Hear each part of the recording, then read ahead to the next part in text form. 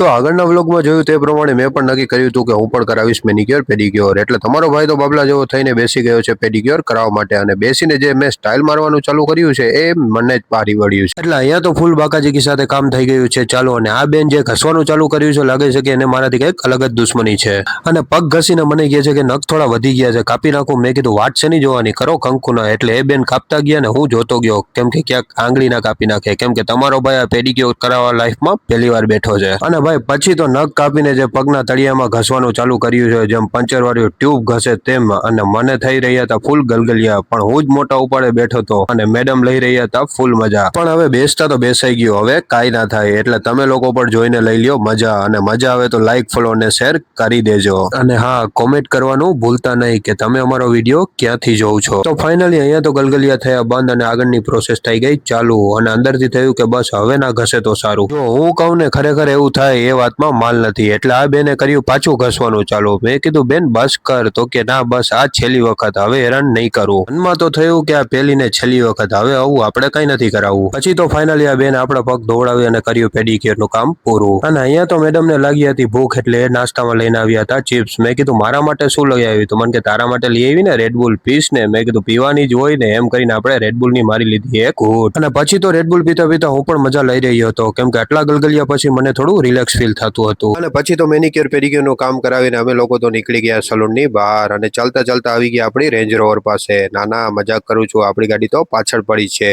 તો હવે ફાઇનલી આપણે કરશું નવા રહીને બાય બાય. તો મળશું નવા વ્લોગમાં, તો લાઈક શેર ને ફોલો કરવાનું ભૂલતા નહીં.